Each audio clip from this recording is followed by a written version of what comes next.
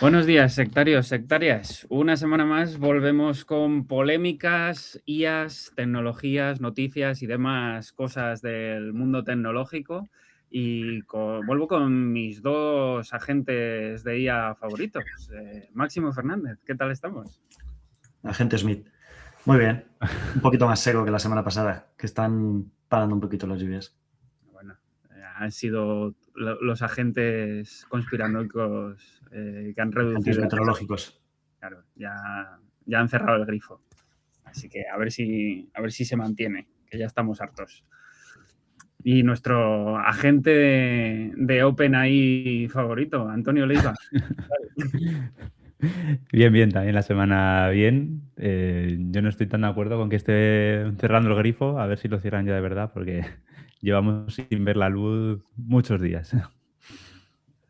A ver, tiene que llover, ¿no? Que luego en No verano tanto. Que lleva un poco más espaciado, ¿no? pues eso, ya queda menos. Y nada, en vez de hablar del tiempo, pues creo que deberíamos empezar a hablar de nuestras cosas favoritas, que como no, es la IA y sus tecnologías asociadas. ¿Qué está pasando, Antonio, en el mundo de las contrataciones y cómo está afectando la IA? Bueno, pues nos pasaba, Max, el otro día una noticia de que por primera vez se está viendo un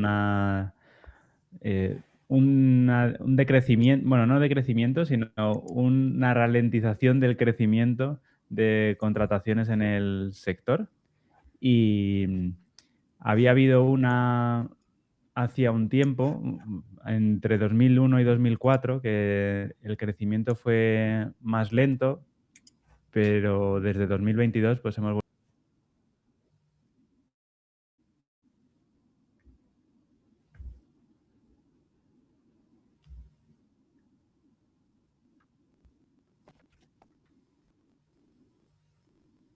Simplemente para poner como contexto, que pondremos el enlace en los comentarios y en la descripción, que es una gráfica en la que se ve al principio un crecimiento menos pronunciado, luego a partir de 2010 un crecimiento mayor en las contrataciones, que es la época, digamos, dorada del desarrollo de software. Y a partir del 2020-2022, que es inicio en teoría de los LLM, ChatGPT,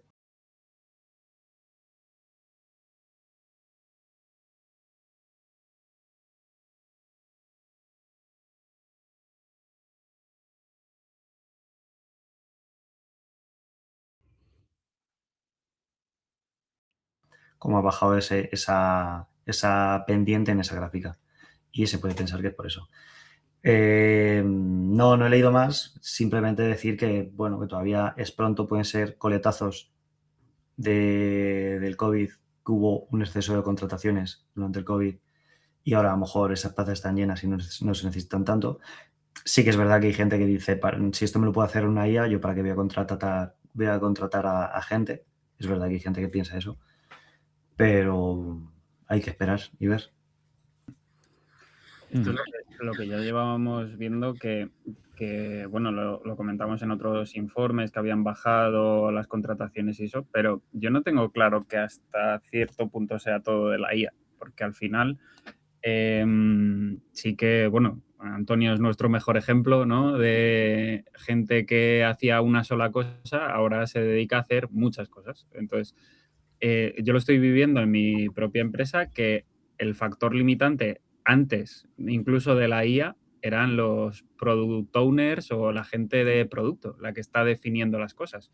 O sea, al final los desarrolladores necesitamos unos requisitos, un diseño, en el caso de web y mobile o cosas así, que no se estaba llenando a un flujo suficiente. De hecho, o sea, en mi empresa sí que somos muchos desarrolladores, pero ahora con la IA incluso somos más rápidos, pero el factor limitante está en otro lado. O sea, yo creo que por ahí también puede ser un posible problema a corto y medio plazo, porque ya lo comentamos otras veces, de que ahora o todos íbamos a ser product owners o ninguno, ¿no? Porque se estaban difundiendo, Se estaban difuminando esos límites y vamos a tener que pensar en nuevas features antes incluso de terminar una, ¿no?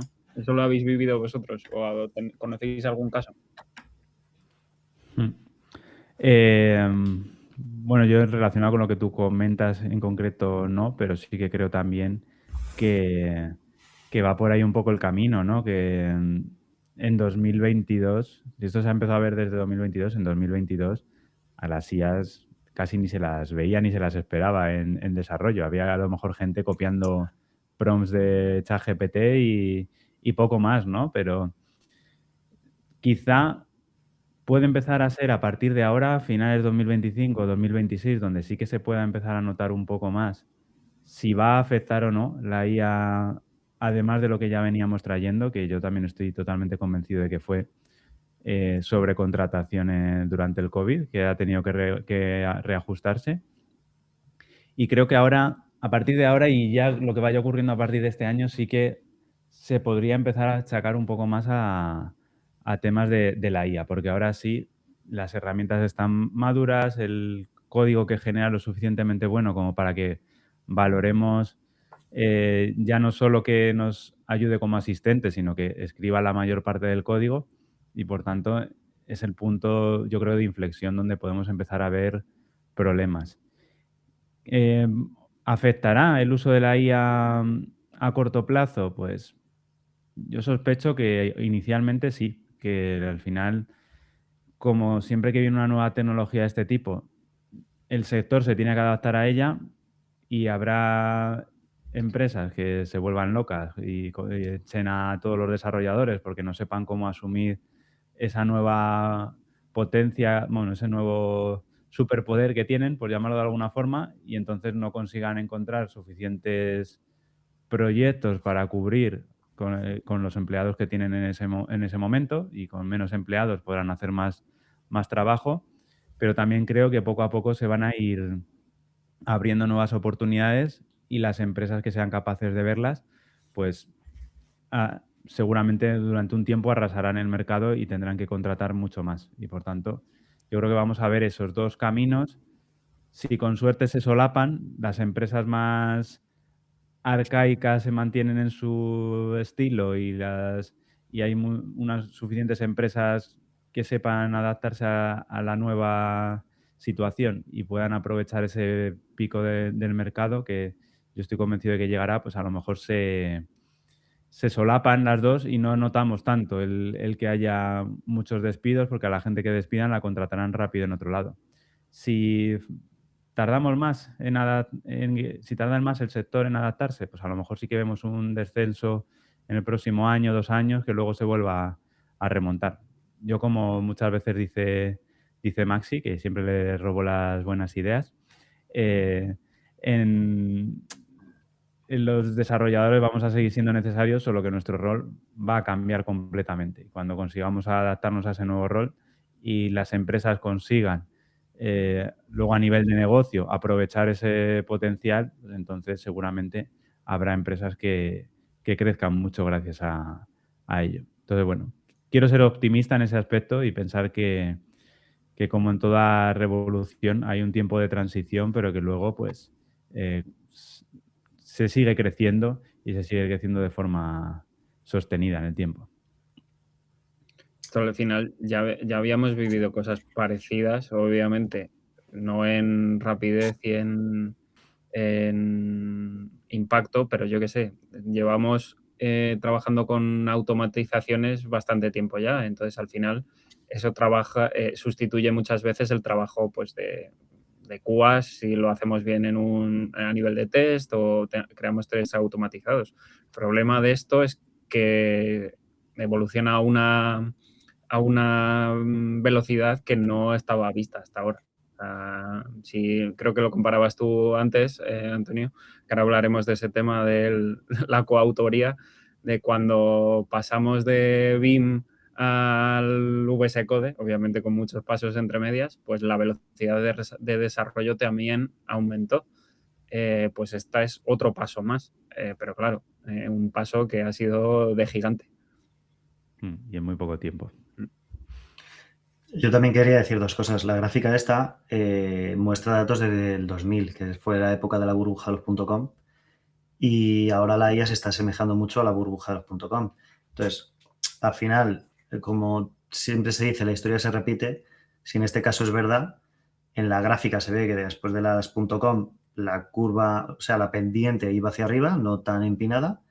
Luego, en cuanto la tecnología se asentó, la pendiente subió mucho y ahora estamos llegando a la época de la IA, que la pendiente se está volviendo a ralentizar, digamos, a hacer más plana, más horizontal. Pero a lo mejor en el momento en el que esta tecnología se asiente, veamos las nuevas capacidades, que lo hemos hablado en otros capítulos, que es que se van a crear nuevas capacidades y nuevos roles. Entonces, en el momento en el que eso se establezca, probablemente la curva o la recta, su inclinación volverá a subir si la historia se repite. Y luego, por otro lado, también al final todo no es un único factor. Y ahora mismo estamos en una época de ¿cómo se dice? Me sale crisis, no es crisis, de dudas macroeconómicas, porque al final el dinero fiat está perdiendo valor y es con lo que las empresas pagan. Entonces hay mucha incertidumbre, que no me salía, hay mucha incertidumbre económica y al final las empresas también tienen que recibir financiación, no, a lo mejor no hay financiación o lo que antes le financiaban algo, el valor de ese dinero ahora es mucho menor y no tienen tanto dinero para programar, o sea, para programadores. Y al final los programadores o los desarrolladores de software son gente cara, es de los sectores en los que más se cobra. Así que si las empresas en realidad tienen con el mismo dinero pueden comprar menos cosas, pues pueden comprar menos desarrolladores de software. En cuanto también el sistema económico, macroeconómico mundial se aclare, porque ahora mismo es eso, el dinero fiat está perdiendo valor, mucha gente está refugiando en metales preciosos. Entonces, también, para mí son esas dos cosas, que hemos tenido el espejo de las .com y probablemente luego haya un incremento de contrataciones y que estamos en un momento macroeconómico delicado. Esto, o sea, siguiendo con la comparación de las .com, o sea, también queda que reviente toda la burbuja de la IA que hemos comentado otras veces, de todos los productos basados en los modelos fundacionales, que al final van a pérdidas, que no generan unos ingresos y que eso no puede vivir, o sea, no podemos evolucionar a un mundo en el que convivan todas estas alternativas porque no es sostenible. Yo creo que al final su modelo de negocio se basa en los costes que tenga la empresa base. En este caso puede ser OpenAI, Anthropic o Google. En cuanto a eso, yo creo que ese es el siguiente paso que tiene que tiene que ocurrir. O sea, que se estabilice. Yo creo que a nivel de tecnología ya hemos llegado a un punto que estamos bastante maduros. O sea, que no sé si necesitamos otra revolución más para empezar a que eso, todo el desarrollo sea de este estilo, pero sí que habrá que estabilizar las herramientas y que haya como un flujo más claro, que no tengas que elegir entre, al final siempre está bien elegir las cosas, pero que tienes multitud de herramientas, cada una con sus configuraciones más específicas y que no sé hasta qué punto eso es necesario. Y entonces cuando mueran 3/4 partes de las empresas de IA, igual ya se estabiliza este proceso y podemos tener mucho más claro cuánto cuesta un desarrollo ahora con IA, cuántos tiempos manejamos, cuántas personas por detrás necesitamos, pero que la fuerza de desarrollo al final pues van a ser agentes. Sí. Bueno, a lo mejor dentro de un mes cambia y es algo nuevo. No Sí, push. bueno, yo sí que estoy de acuerdo con Juanje en que en el punto de madurez que estamos ya el impacto va a ser grande en nuestro día a día y ya lo estamos viendo. Desde diciembre ha habido como una ola de mucha gente que ha pasado de la duda a la fascinación con esto y yo creo que ya no hay vuelta atrás en ese aspecto. Y sí que es verdad que puede haber esa cierta burbuja, pero Porque a veces mucha gente se escuda en eso también para decir, bueno, pues yo no entro aquí porque esto es una burbuja que va a explotar. Pero independientemente de que la burbuja explote o no, las grandes quedarán ahí y la tecnología queda ahí, por tanto, no vamos a volver atrás. No va a haber una situación en la que digamos, oye, pues ya nadie va a volver a programar con IA. A lo mejor en vez de trabajar con las herramientas de una empresa, trabajamos con las de otra, pero el futuro ya es ese y cuanto antes nos vayamos poniendo las pilas en ese aspecto, mejor. Entonces, bueno, que no nos escudemos como programadores, quiero decir que al final este podcast va para vosotros, no nos escudemos en esa idea para decidir no entrar en estas herramientas porque yo personalmente opino que no hay vuelta atrás ya y que cuanto antes empecemos, pues antes estaremos preparados para el futuro que se nos viene.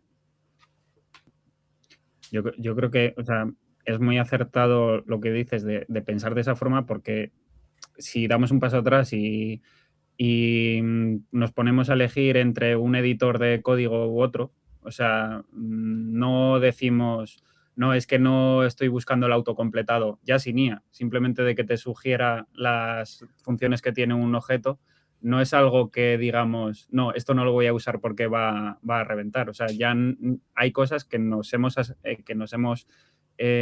que se han asentado 100%, que es una herramienta más y que al final afecta al desarrollo. Puede que pues tengas skills o no, puede que tengas subagentes o no, pero al final es una forma de programar que necesitamos conocerla.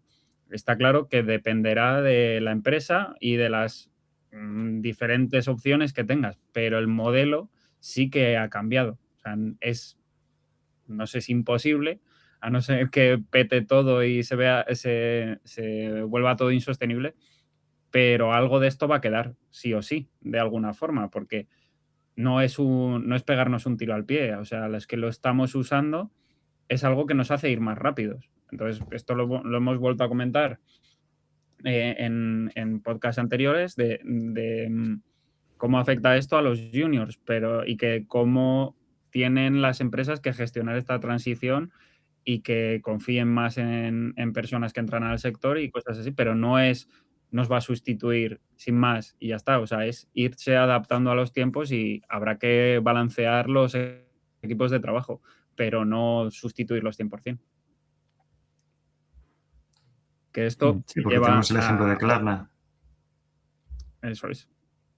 Que lo hemos hablado otras veces. También, no me acuerdo en qué podcast, Antonio ya dijo que era difícil hacer un Netflix con un prompt.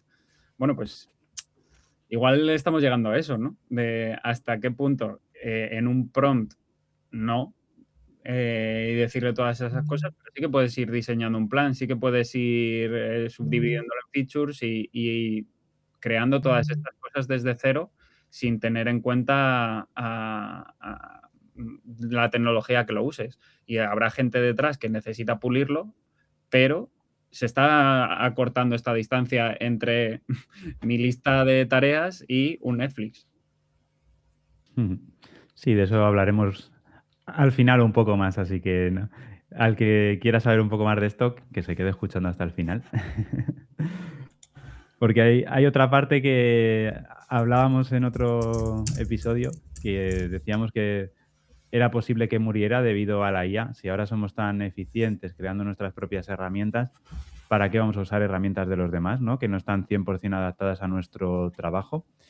Y hablábamos pues, en concreto de los SaaS, ¿no? De estos software as a service que nos ofrecen funcionalidades que nos son útiles en el día a día mediante un coste normalmente mensual o incluso anual y que solucionan parte de nuestros problemas en el caso y hay casos en los que no son las herramientas las que se adaptan a nosotros, sino incluso las propias empresas se tienen que adaptar al funcionamiento de las empresas. Y un caso muy habitual y del que se habla mucho es Salesforce, ¿no? Una herramienta gigante que usan montones de empresas que si la habéis tenido que usar alguna vez habréis llorado un poquito, pero que al final pues todas las empresas se adaptan incluso a su forma de trabajar para para poder utilizarla en ellas. Y entonces, pues hablábamos que la ventaja de poder crearte tu propio código es que es al revés, ¿no? Que si la empresa funciona de una forma,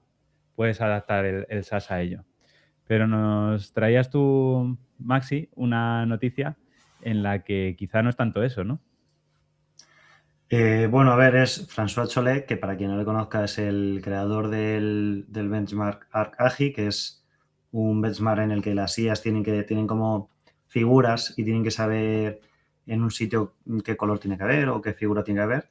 Y es un AGI que se ha inventado, un benchmark que se ha inventado para descubrir a ver si llega la AGI.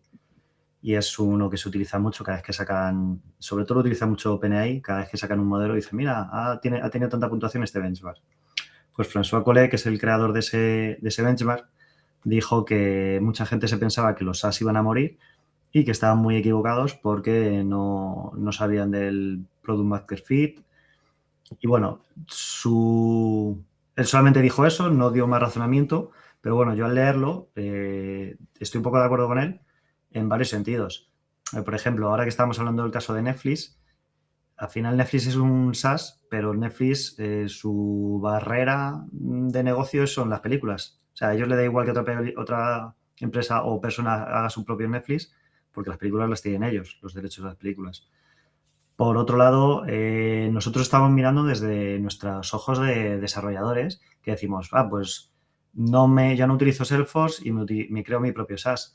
Pero volvemos al ejemplo del panadero de la semana pasada y yo creo que sí, el panadero se puede crear su propio SaaS, pero que es que yo creo que la gente no va a estar a eso, porque hoy en día cada vez hay más pedido de comida a domicilio, por ejemplo, y le puedes decir a alguien, pero si te puedes comprar tú la comida, hacértelo tú y te va a salir por 10 o 100 veces más barato.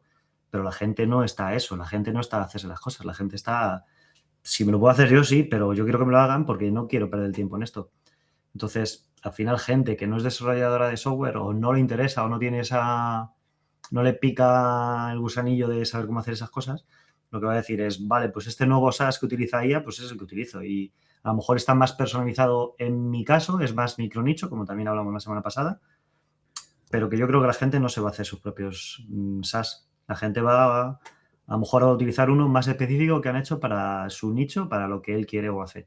Pero mi impresión es eso, que la gente no se va a hacer su propio SaaS. Y sobre todo, lo que hemos comentado con respecto al open source también, que no hemos llegado al punto de que diciendo, vale, lo adapto a mis necesidades y luego le añado una coletilla de no cometas errores y ya está solucionado. O sea, al final, detrás de los SaaS, detrás de todo o del open source en general, hay mucha gente que hay pensando en el mismo problema que llevado a panaderías la secta, nuestro problema es, o sea, nuestro foco es hacer pan. Entonces, sí que en cierto modo te puedes hacer tu SaaS vale, me soluciono esto, pero todo el tiempo que inviertas en eso es tiempo que no estás invirtiendo en hacer pan. Entonces, claro, si tú contratas o pones los esfuerzos en el SaaS de turno que ya tenga un bagaje detrás, sea el Salesforce que ahora se adapte o sea uno en el que colabore la gente, pues como ha pasado con OpenCloud ahora, que lo pueden ir adaptando y modificando según las necesidades, pero tienen más gente pensando detrás de un producto que solo tú otra empresa concreta. Entonces, sí que en cierta forma van a morir algunos, ¿sabes? Los que sean igual muy sencillos y los que no tengan una actualización constante, que no resuelvan problemas o eso. Un poco como lo que he dicho antes de los 1000 frameworks o webs para hacer una web típica. Pues no todos van a sobrevivir porque unos tendrán más errores, otros menos, otros tendrán más financiación, otros menos. Entonces, que al final sí que hay un bagaje ahí que se van a aprovechar. Sí, que... De hecho, ahora... Di. Dale.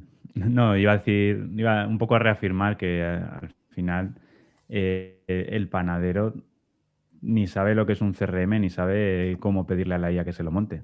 Entonces, estamos también en un punto que nos planteamos que sí, la tecnología está ahí, pero no todo el mundo va a saber usarla. Por mucho que el código fuera perfecto, imaginemos que si le pedimos algo bien, el código lo hace perfecto, pero tienes que saber también qué pedirle y qué vas a necesitar tú en tu día a día, porque cada panadería también tendrá sus necesidades y sus situaciones, y el explicarle todo eso bien a una IA no es tan sencillo tampoco. Entonces yo también estoy convencido en que tendremos esos dos perfiles, ¿no? El perfil de la gente que necesita software y el perfil de la gente que se lo ofrece. Probablemente los costes caerán muchísimo, porque si yo como programador puedo hacer un SaaS en una noche, pues no lo voy a vender igual que antes, cuando se tardaba 3 meses, y por tanto, se podrán ofrecer a pequeños a pequeñas empresas, o incluso a personas que, por lo que sea, necesiten algún software, se los podrá ofrecer a precios mucho más rebajados, y por tanto quizá habrá más gente que se pueda digitalizar en ese sentido, pero sí que también pienso, pues, que habrá muchas personas que ni puedan, y si pueden, ni quieran dedicar su tiempo en eso, porque no les llame la atención lo más mínimo. Es que es eso, el Open Cloud es el mejor ejemplo. Open Cloud, antes llamado CloudBot, para quien no sepa de qué hablamos, es el Y mejor ejemplo. Una persona... ¿Cómo? Y entre medias Moltbot. Hoy he escuchado una entrevista del tío este que dice que es el quinto nombre que tiene. El caso, que una persona que utilice todos los días IA para programar, ¿qué le costará crearse su propio CloudBot? No le cuesta nada. Pero ¿qué ha hecho la mayoría de la gente? Se ha instalado CloudBot, no se ha creado el suyo. Y si gente que es desarrolladora de software no se hace el suyo propio, sino que ya utiliza uno, gente que no es desarrolladora de software se va a meter a crearse su propio SaaS, su propio CRM, su propio lo que sea. No lo van a hacer, porque habiendo uno, pues ya lo utilizan. Y si te cobran 5 euros, lo puedes hacer tú, pero si no sabes hacer software, dices, por 5 euros me instalo este. Quien dice 5, a lo mejor dice 10, hasta un precio que sea el que te compran o el que se puede vender. Entonces, ahí es en lo que yo pienso, que la gente lo va a poder hacer, pero la gente no lo va a hacer. Y si nosotros, como desarrolladores de software, como conjunto, utilizamos CloudBot porque uno lo ha creado y funciona, pues la gente normal lo va a hacer.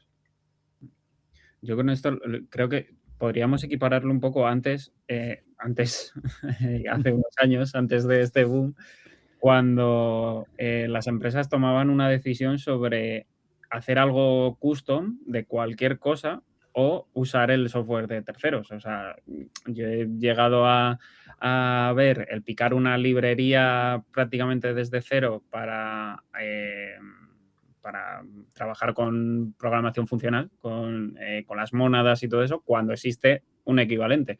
¿Por qué? Pues porque no quiero, porque quiero tener el control, porque por seguridad, por cosas así.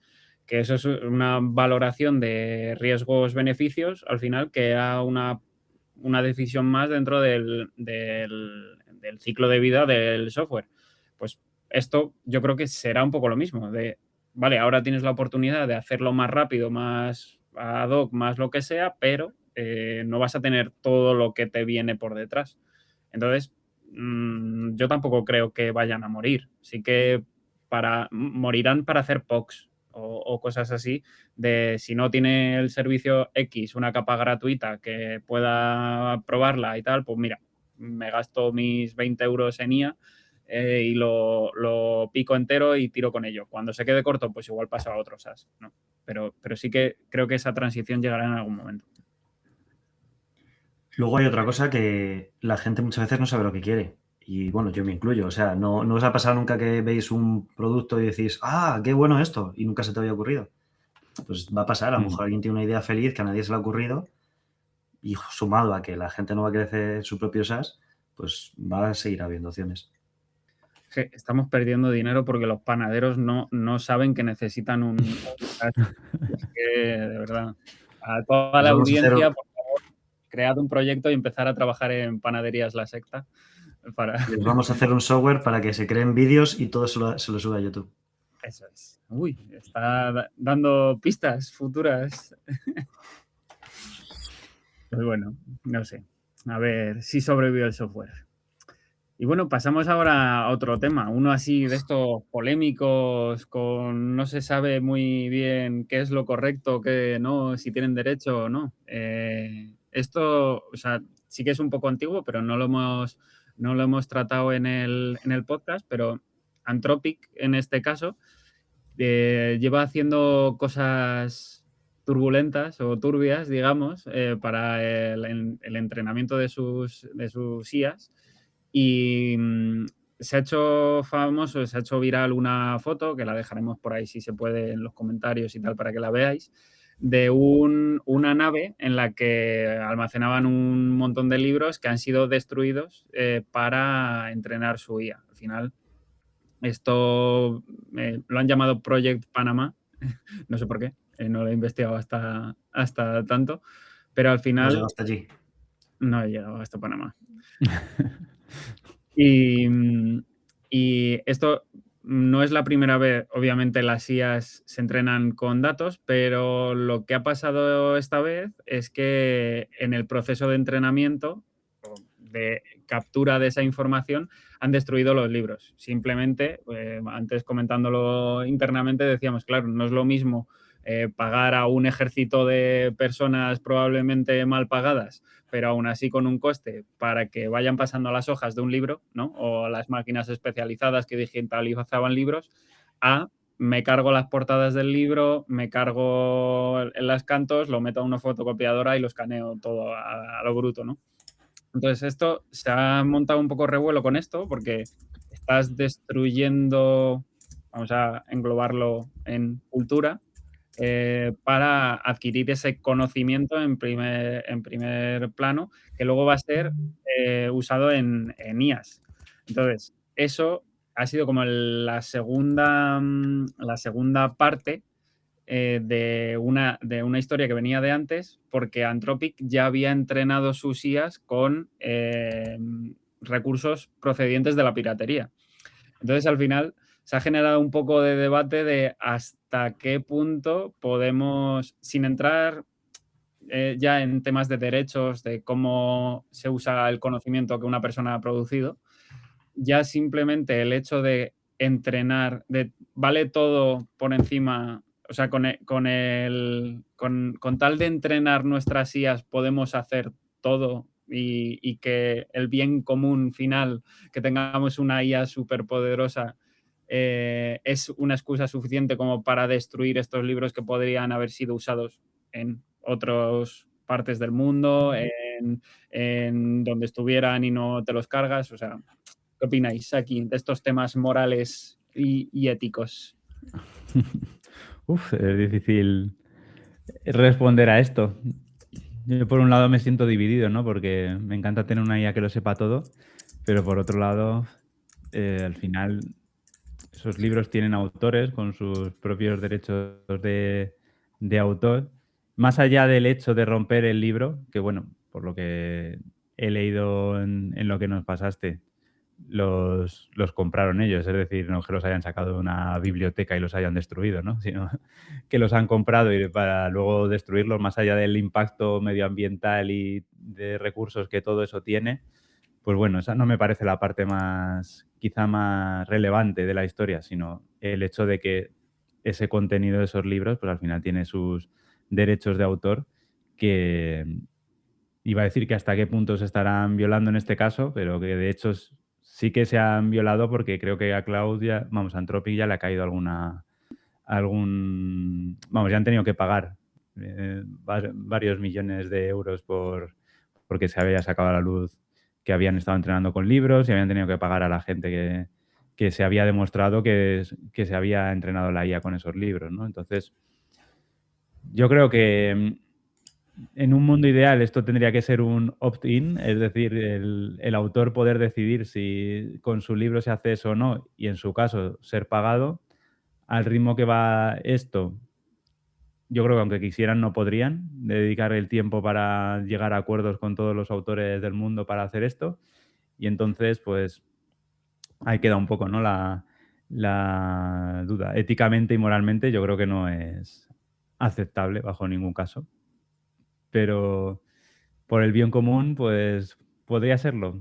tampoco lo sé. Yo me cuesta dar una opinión no sesgada aquí porque uso demasiado la IA como para pensar que podemos ir despacio y hacerla más tonta, pero por otro lado, pues, a ver, hay que pensar también en la gente que ha escrito esos libros y en el tiempo que le han dedicado para que luego, pues, se utilicen sin recibir nada a cambio. Esto, Maxi, tú tenías un poco de una reflexión ahí que hemos estado comentando que te lleva un poco a los límites, ¿no? Claro, esto lo hace una empresa, pero y lo hace de forma un poco destructiva, pero si tú te compras un libro y te montas una empresa alrededor de vender los conocimientos de ese libro, sí que está bien visto, ¿no? Entonces, a ver, desarrolla tu respuesta. Aquí hay dos temas. Por un lado, los libros que han comprado que están pirateados, que por un lado, pues eso sí que tiene... Son 1.500 millones que le ha caído. O sea, unos millones para Antonio son 1.500 millones. No sabía cuántos eran concretamente. Eran 1.500. Y tampoco sabía que estaban Hombre, pirateados. Entonces eso es con otro rondas tema. de financiación de 100 millones o no sé cuántos billones americanos, 1.500 millones es viruta. Calderilla. Ahora voy a buscarlo, que lo he dicho muy a la ligera. Pero el caso, que es eso, por un lado es si han pirateado libros, que eso está mal, y está el caso de Aaron Swartz, que liberó artículos del MIT, le encarcelaron y se acabó suicidando, mientras que estas empresas a lo mejor le ponen multas que para ellos no es mucho dinero. Y por otro lado está el tema de los libros que sí que han pagado por ellos, que yo lo que hablaba es eso. Vale, ellos pagan por un libro, entrenan una IA, esa IA ya tiene ese conocimiento y se lucran con esa IA que tiene ese conocimiento. Pero nosotros hacemos igual. Nosotros, cuando hemos estudiado, hemos pagado por libros, hemos obtenido ese conocimiento y ahora no pagamos derechos cuando utilizamos ese conocimiento, por ejemplo, a la hora de trabajar, que no estamos lucrando ese conocimiento. Entonces, era lo que decía antes, que ¿quién puede lucrarse de ese conocimiento, de ese libro comprado? Nosotros sí, pero las IAs no. Luego, después de hablarlo, he estado pensando y claro, es que cuando la gente escribió libros, no existía la IA y no los escribió pensando en que una IA tuviera el conocimiento y a lo mejor no es justo porque mucha gente en ese caso no los hubiera escrito o no los hubiera escrito con ese propósito. Entonces, a lo mejor hay que regular o hay que hacer algo. La cosa es que estas empresas van tan rápido que primero hacen y luego preguntan. Pero hay que tener ese debate de hasta dónde llega el uso de un conocimiento. Si ya has pagado una vez por el libro, ¿cuántas veces lo puedes utilizar?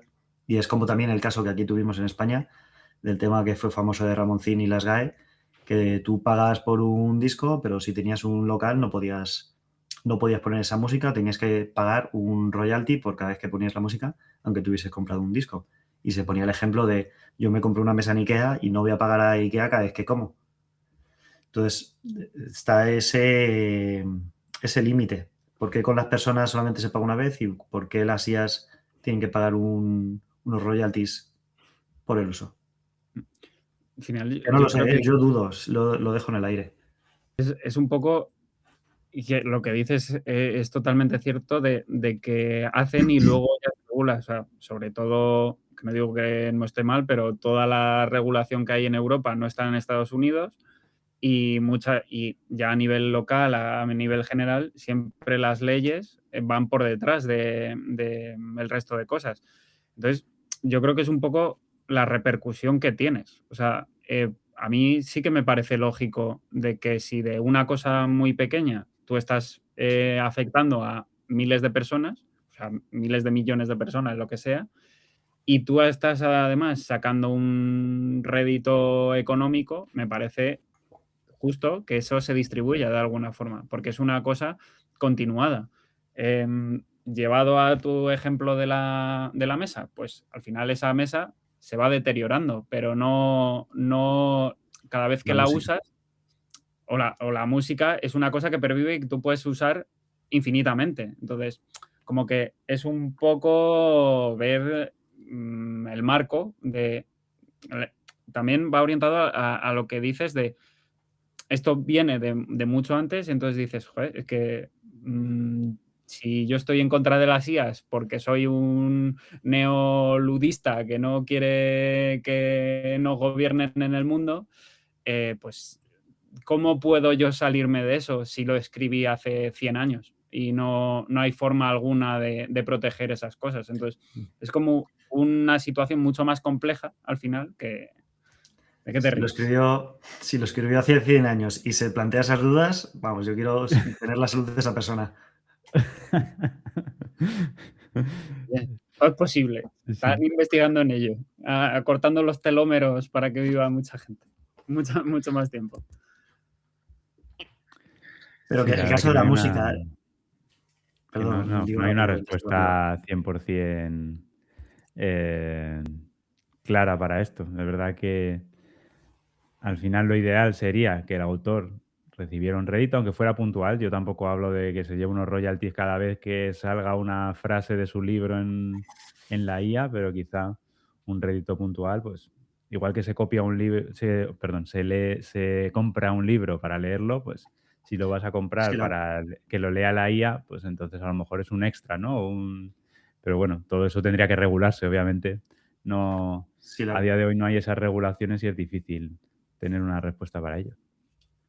que la cosa es que, en teoría, muchos de esos libros estaban comprados. Entonces ese pago ya se ha hecho. Y la duda Claro, está ahí en si ya has comprado el libro. pero eso es como no sé el caso exacto, pero me lo puedo imaginar que si tu libro lo compra una persona, valdrá X, pero si lo compra una biblioteca pública, supongo que recibirá mucho más dinero el autor o alguna cosa o así. Ese caso no lo tengo claro, pero lo que decías de los royalties no es lo mismo que una canción se ponga en tu casa que la escuchen en un campo de fútbol, porque la repercusión que tiene en el número de personas creo que importa. Igual que por cuando el tema de los partidos de fútbol, de que dependen del aforo del bar, todas estas cosas.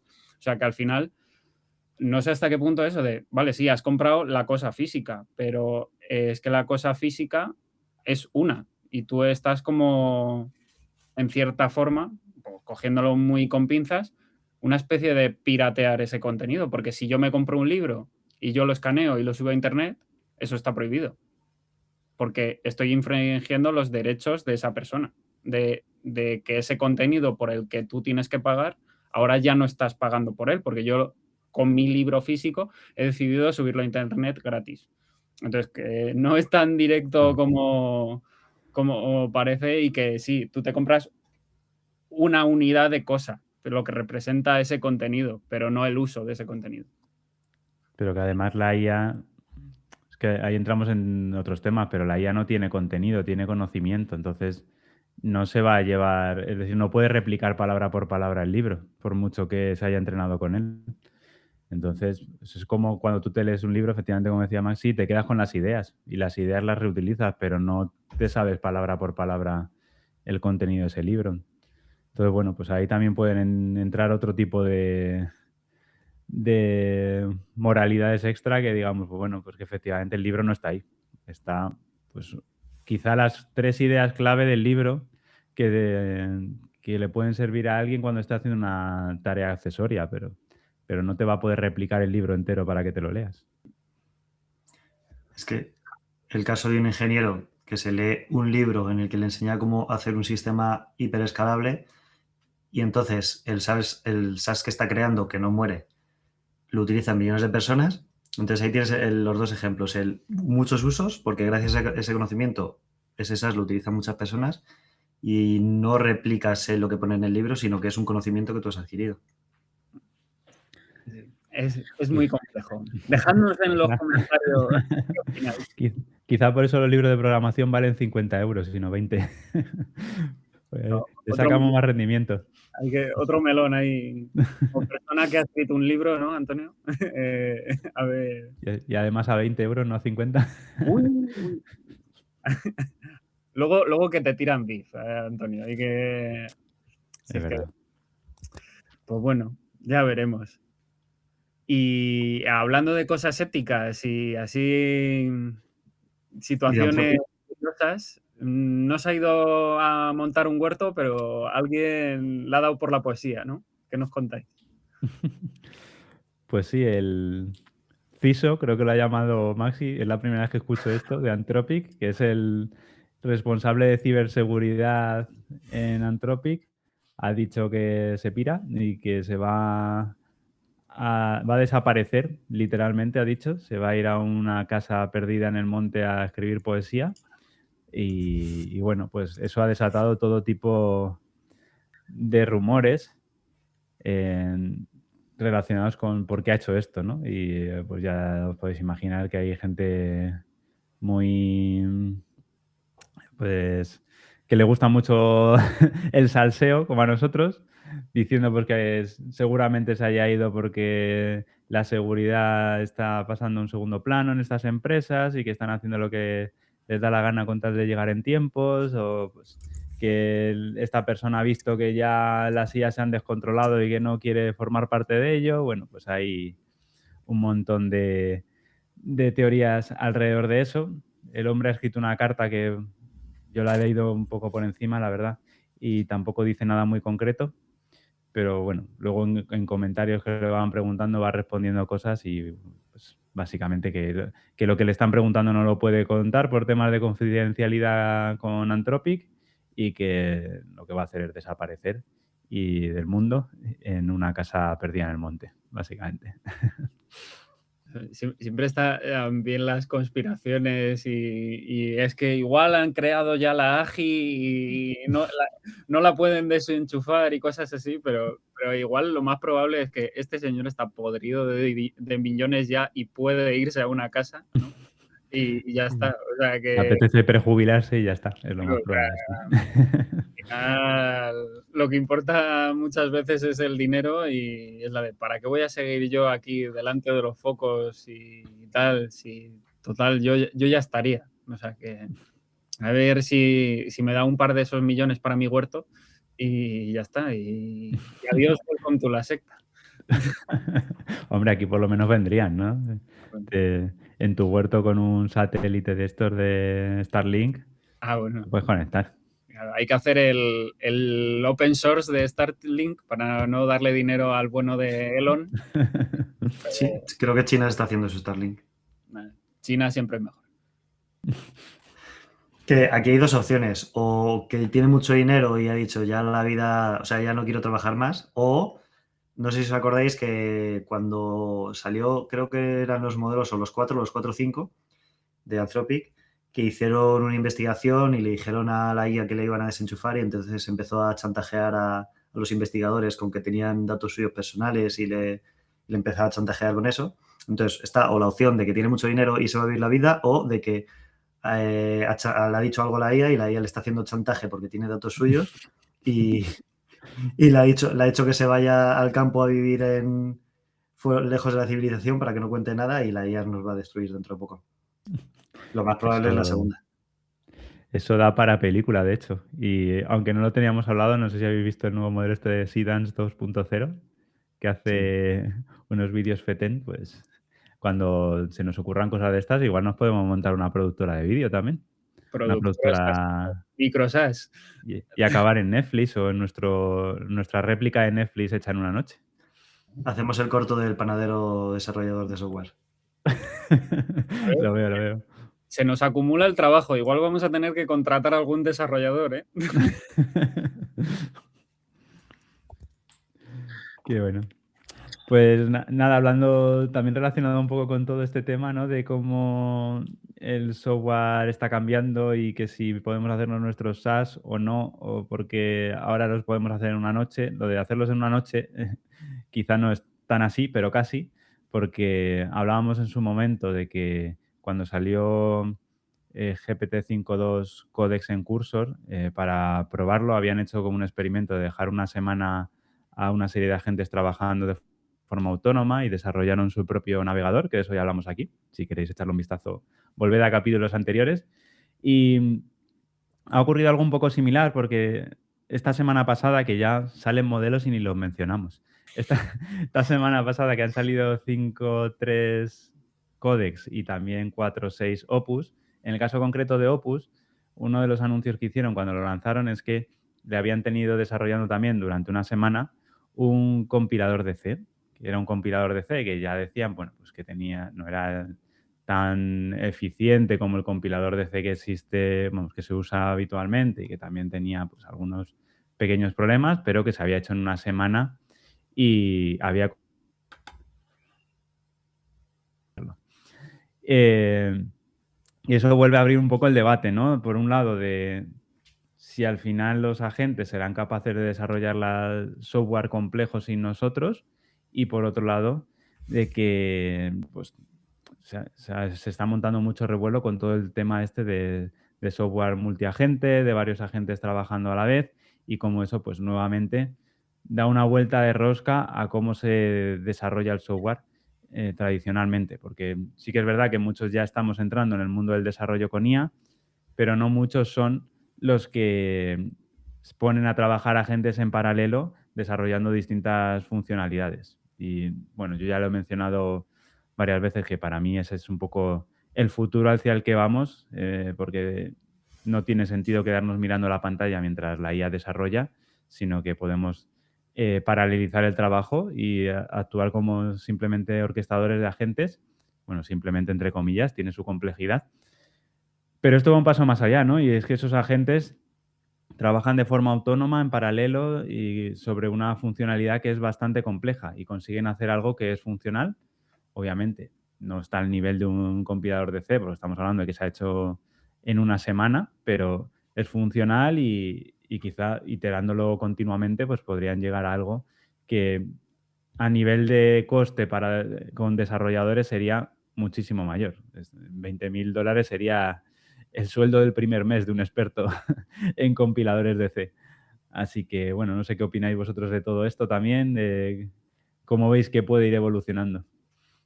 Eso, cuando se meta Linus Torvalds a revisar el código, ya veremos lo que cobra ahí.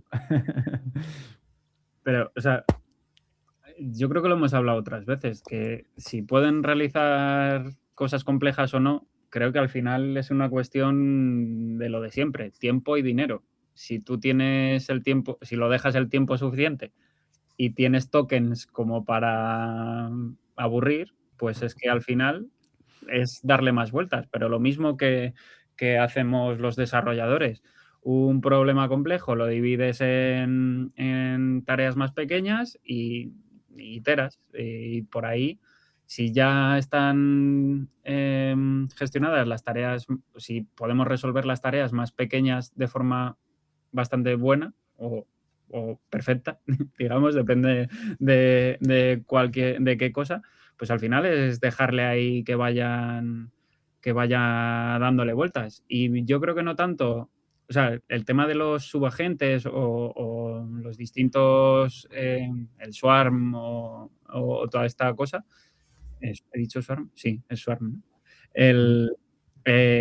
Al final es una forma de paralelizar y ganar tiempo, pero que supongo que si tú te haces el plan para hacer Netflix tienes que seguir estos pasos, pues es dejarlo ahí tiempo. Entonces, igual que hacíamos la broma de nos quedan los 6 meses en programación, que era lo que decía todo el mundo, Darío Amodei y todos estos, es lo que le queda a los programadores, ahora parece que las 2 semanas es el horizonte límite a desarrollar un software más complejo, ¿no? Lo voy a dejar 2 semanas y ya he reemplazado algo, ¿no? Entonces, que al final sí que son ejemplos que son un poco ideales. O sea, están en las condiciones ideales, digamos. Pues estas cosas no las ha hecho Antonio con mis respetos, en su empresa, sino que las ha hecho Cursor y Anthropic con sus modelos, con su conocimiento. O sea, que no es lo mismo que si nos ponemos a hacerlo nosotros desde cero. Entonces, pero es lo mismo, es el camino por el que va la cosa y que igual no está tan loco. O sea, a modo de coña lo que he dicho antes, pues es que Linus Torvalds ya había dicho que Anti-Gravity es legit y que ya se vale usar, ¿no? Entonces esto es como, bueno, pues ¿hasta cuándo no podemos poner más PRs en el compilador de C o ir gestionando estas cosas de forma totalmente autónoma? Sí, de hecho, Dices que Antonio no lo hace, pero estoy ahora mismo en medio de un experimento que ya os contaré cómo va yendo, que es montarme $2.000 también. una academia tratando de hacer este tipo de cosas. Por ejemplo, anoche dejé a Codex toda la noche trabajando para que la desarrollara y ahora lo que voy a hacer es generar unos diseños con Pencil, pasárselos y que se dedique las horas que necesite a terminar de actualizar la interfaz. Y ya os iré contando cómo va saliendo, porque otra de mis ideas es ponerle automatizaciones para que cada X tiempo se autoejecute y decida cuáles van a ser los siguientes pasos en los que quiere trabajar y ver cómo va evolucionando eso. Si no funciona, pues lo único que habré hecho es tirar tokens y si funciona, pues oye, a lo mejor en el futuro la academia cambia y puedo tener algo un poco más adaptado a mis necesidades. Así que sí, la verdad que se abren oportunidades ahí que no nos habríamos planteado previamente ni en 1.000.000 de años. Antes lo he dicho de coña, pero estamos ante el nuevo Peter Steingerber español aquí. Hay unos cuantos niveles de diferencia. Puras declaraciones. Maxi. Que sobre esto, No. yo quería dar un punto parecido. O sea, que es que ahora mismo nos estamos fijando en los problemas que ya conocemos, que también lo hablamos la semana pasada, pero que es que esto va a desbloquear nuevos problemas. Y, por ejemplo, compilador de C, ha habido muchas risas porque a lo mejor tardaba en compilar algo horas, mientras que el compilador normal te tardaba segundos. Pero es que, por ejemplo, pongámonos en el momento en el que Apple sacó el M1, que se tenían que adaptar todos los programas antiguos hechos para la arquitectura de Intel a arquitectura ARM. Y Intel sacó Rosetta. Pues, o sea, Apple sacó Rosetta, el programa este que convertía de uno a otro. Pues qué bien le hubiese venido a lo mejor en ese momento a Apple, con una nueva arquitectura, sacar un nuevo compilador para su nuevo micro o una primera versión de Rosetta que lo dejan ahí corriendo una semana y se lo tienen listo una semana, una primera versión que a lo mejor no es la más eficiente, pero esa primera semana no ha tenido ingenieros trabajando en Rosetta, sino que les ha dado una primera versión que luego ya es iterar y mejorar. Entonces, es eso. Tú imagínate que mañana se quiere inventar una nueva arquitectura de chip y hay que crear un nuevo compilador. Pues si mientras estás terminando el chip, estás con la litografía, etcétera, lo que sea, tú pues ya puedes ir creando un compilador, dejando a los agentes creándote un compilador y para cuando ya tengas el chip, probarlo y mejorarlo. O sea que estos son nuevos problemas que vamos a desbloquear. Y que si en vez de una semana lo dejas un mes, pues a saber qué pasa. Que eso es lo que iremos viendo a futuro. Eso, al final, yo creo que la clave está un poco en lo que ha dicho Antonio de coña, de que vaya tomando las decisiones que considere, pero que no tiene por qué estar mal. O sea, lo que he dicho antes, que es un caso real, que los blockers son los product owners o los que definen los product managers que definen todas las cosas que hay que hacer, pues igual en el ejemplo este que ha dicho Maxi, que fuera un compañero tuyo. O sea, al final tú te estás dedicando a hacer pan y has contratado a un agente que te está cubriendo todas las cosas alrededor de tu negocio que tú ni sabes cómo funciona, ni te interesa invertir tiempo en ello, pero que sí que te van a impulsar tu negocio. Entonces, al final, esto puede cambiar a eso, de tener un ejército de agentes que estén pensando en los problemas del mundo o de una empresa concreta, de, oye, pues en base a esto, caso tonto, has subido esta PR sin los test que pasan el 80%. Pues venga, te los he subido yo también y así no piensas en ello. Pues llevado esto a features enteras de, oye, pues he visto que Netflix ahora ha sacado Reels.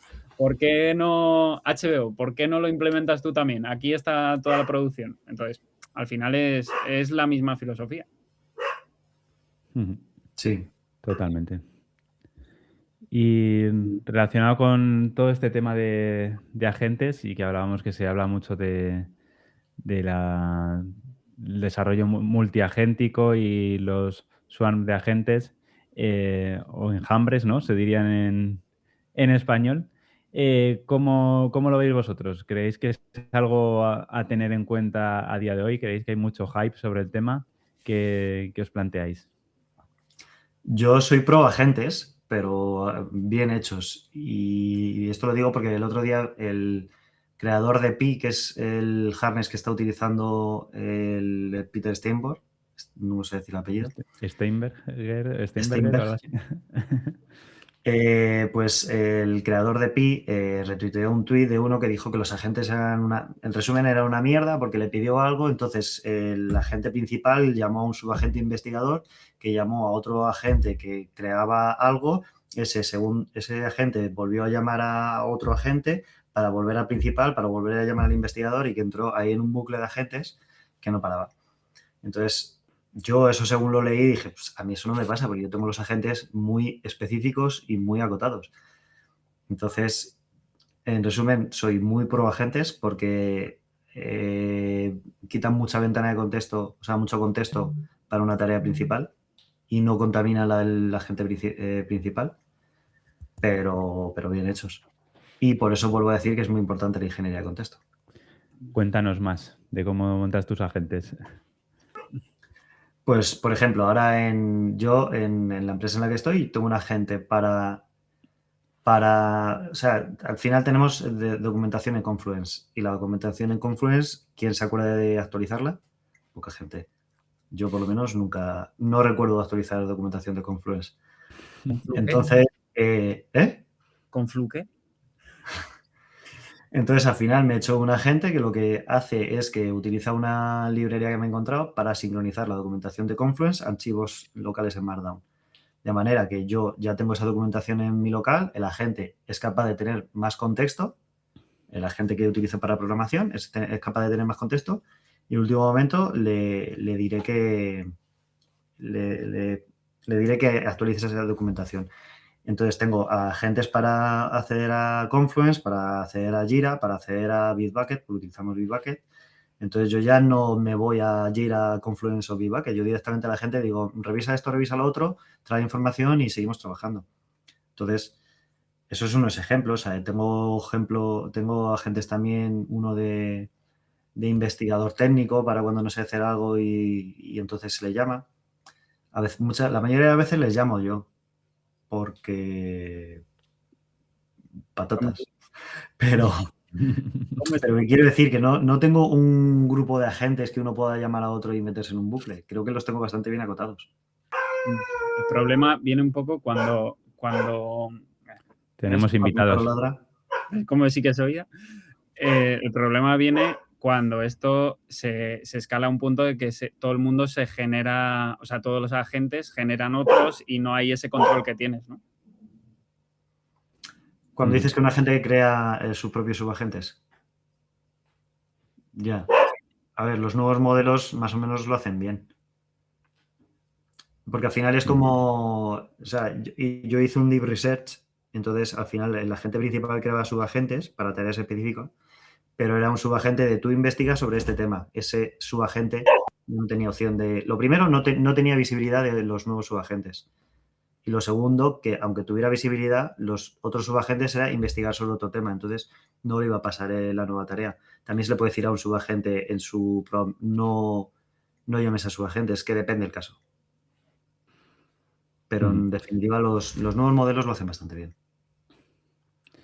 Sí, yo pienso que bien usados tienen su valor. Yo la verdad que es algo que no he investigado muchísimo, pero sí que es verdad que me da la sensación de que mucha gente todavía no controla un solo agente y se está metiendo a tratar de orquestar subagentes y aquello se está volviendo una locura que es muy difícil de gestionar. Si los tienes para temas muy concretos, como dices tú, pues tampoco creo que sea mayor problema y quizás sí que tienen una pequeña ventaja en tema de contexto. Yo lo que tú comentas que haces con subagentes, yo hago algo similar, pero con skills. Lo que es cierto es que si la skill hace una investigación, pues toda esa investigación se queda en el contexto y no me traería solo la parte relevante, que a lo mejor sí que te puede traer el subagente y limpiar todo lo demás del contexto.